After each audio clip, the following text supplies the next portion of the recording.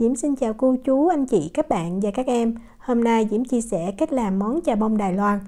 Cách làm này đơn giản nè, mà chà bông khi mà làm xong mới vừa thơm, đậm đà, rất là ngon. Chà bông này mình có thể ăn chung với lại cơm, cháo, xôi hoặc là mình kết hợp với lại những cái món bánh. Diễm sẽ chia sẻ một món bánh mà mình dùng chà bông Đài Loan này rất là ngon. Cách làm như thế nào thì bây giờ mình cùng vào bếp làm món chà bông Đài Loan này với Diễm nha. Hôm nay thì Diễm dùng thịt gà để làm, mình cũng có thể dùng thịt heo nha. Thịt gà thì 500g và mình dùng thịt ức gà.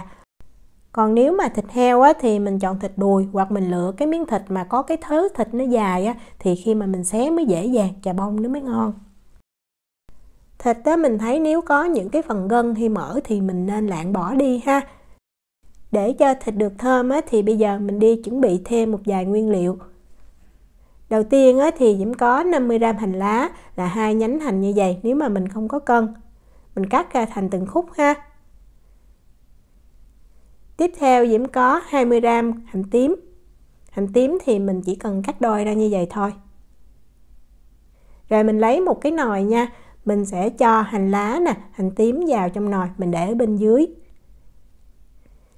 Và để cho thịt gà thơm hơn thì mình có thêm 2 lát gừng. 2 lát gừng này thì Diễm cân được là 10g, mình không cần gọt vỏ nha. Rồi mình xếp thịt gà lên trên, thịt heo mình cũng làm như vậy luôn. Sau đó mình sẽ cho nước vào, làm sao nó vừa ngập mặt thịt là được, thì Diễm cho 600ml nước. Dưới 600ml nước thì Diễm cho vào 1/2 muỗng cà phê muối là 3g. Rồi bây giờ mình bắt cái nồi thịt gà này lên bếp, mình bật cái lửa lớn nha. Đó, mình ấn cho thịt nó ngấm xuống nước như vậy. Khi mà nước bắt đầu sôi thì mình lấy nắp mình đậy lại. Và từ lúc nước sôi này thì mình sẽ chỉnh xuống cái lửa nhỏ, giữ làm sao cho nước nó sôi nhẹ đó. Và mình nấu thịt này trong thời gian là 20 phút. 20 phút là áp dụng cho thịt gà, còn nếu mà mình dùng thịt heo thì Diễm thấy mình nên nấu là 30 phút ha. Trong thời gian đợi thịt chín thì bây giờ mình đi chuẩn bị nước sốt để mình ướp vào trong thịt. Lấy một cái nồi nhỏ nè, Diễm cho vào đây 1 muỗng canh dầu màu điều. Dầu màu điều sẽ giúp cho chà bông có cái màu vàng cam tự nhiên. Còn nếu mà mình không có dầu màu điều mình thay bằng dầu ăn bình thường cũng được luôn nha. Dầu màu điều thường có mùi, vì vậy Diễm dùng một tép tỏi và Diễm đập dập rồi mình bắt lên bếp, mình nấu cho cái dầu nó sôi lên thì cái mùi của dầu màu điều nó sẽ giảm bớt. Mình bắt lên bếp thì mình cứ để cái lửa lớn nha, mình đợi cho cái dầu này nó vừa sôi, mình nghe cái mùi tỏi nó thiệt thơm là mình nhắc khỏi bếp liền, mình không có nấu lâu, tại vì Diễm thấy cái dầu màu điều này mình càng nấu lâu thì cái mùi nó càng nặng. Vậy vừa nghe cái mùi tỏi thơm là mình nhắc khỏi bếp. Cách làm dầu màu điều Diễm có chia sẻ trong những cái video trước đây, hay là video gần nhất là video bò bía, mình có thể xem nha. Mình vớt bỏ cái tỏi này đi. Và để cho cái mùi chà bông nó thơm hơn mình có thêm 1 muỗng cà phê dầu mè. Mình cho dầu mè vào liền cái dầu màu điều nóng nó sẽ thơm hơn nhiều. Tiếp theo mình cho vào 2g muối. Để tạo vị ngọt cho chà bông thì Diễm có 35g đường nâu. Mình dùng đường nâu giúp cho chà bông nó giữ được cái độ ẩm. Cái đó là một cái đặc trưng của chà bông Đài Loan đó. Còn nếu mà mình không có đường nâu, mình có thể thay bằng đường cát bình thường cũng được. Diễm có thêm 1/4 muỗng cà phê bột ngũ vị hương. Diễm dùng hiệu này ha, mình dùng hiệu 2 con nai cũng được. Cái hiệu này thì cái mùi nó nhẹ hơn, trong khi cái hiệu mà 2 con nai thì cái mùi nó sẽ nặng, nó gắt hơn chút. Mình có thêm ở đây là 1/4 muỗng cà phê tiêu trắng nha. Và chà bông này nó sẽ có vị cay nhẹ, vì vậy mình cho thêm 1 muỗng cà phê ớt khô xay. Nếu mà mình làm cho em bé ăn không ăn cay được, mình có thể bỏ qua. Mình có thêm ở đây là 5g dầu hào. Cách đo bằng muỗng thì Diễm ghi ở phần miêu tả video nha, nếu mà mình không có cân. Và thêm một nguyên liệu để tạo thêm mùi thơm, đồng thời giữ cho chà bông nó có cái độ ẩm. Đó chính là cái sốt xá xíu này, mình cần 40g, Diễm dùng hiệu Ly Kum Ki nha. Sốt xá xíu này ngoài cái mùi thơm, nó còn có cái vị mặn ngọt rất là vừa ăn. Còn nếu mà mình không tìm được sốt xá xíu này thì mình có thể thay bằng mật ong và rượu mirin của Nhật. rượu mirin của Nhật có cái vị ngọt, nó cũng giúp giữ cái độ ẩm cho thịt. Và mình nên nêm thêm muối, tại vì mật ong và mirin thì chỉ có vị ngọt thôi. Một nguyên liệu cuối cùng đó chính là nước tương, mình cần 15g, cái này là nước tương lạc mình dùng để chấm đó. Rồi bây giờ mình khuấy cho những cái nguyên liệu này nó đều với nhau, cho đường nó tan. Sau khi khuấy xong mình có thể nếm thử ha, rất là thơm và cái vị mặn ngọt ngon lắm. Nó sẽ có độ sệt như vậy, mình để chút nó sẽ đặc hơn.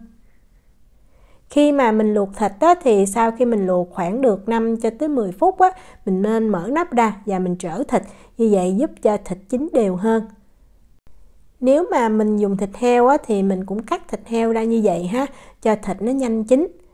Thịt ở nước ngoài, nhất là Na Uy đã được bảo quản lạnh rất là lâu, vì vậy mình không cần nấu lâu thịt nó nhanh mềm lắm.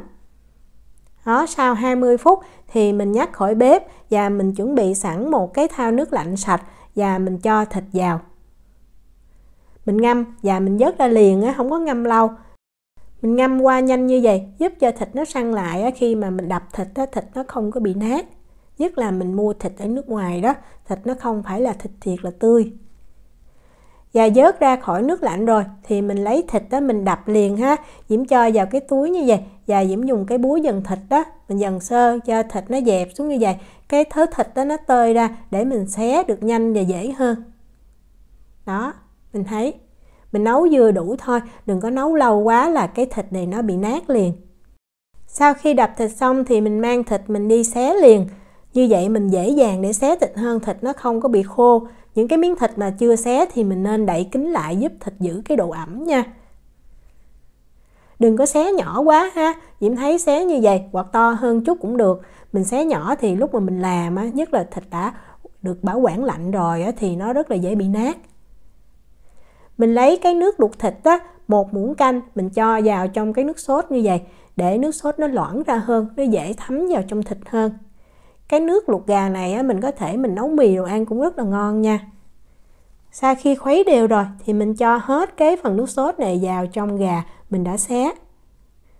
Rồi đeo bao tay vào nhẹ nhàng mình trộn lên cho đều. Sau khi mà trộn đều rồi thì mình có thể nếm thử ha, Diễm thấy rất là vừa ăn theo khẩu vị nhà Diễm, mặn ngọt nè. Còn nếu mà mình thấy không có hợp khẩu vị nhà mình thì mình có thể thêm chút muối, chút đường ha. Mình đậy thịt kín lại và mình để cho thịt nghỉ 30 cho tới 60 phút là mình có thể mang mình đi làm thịt khô.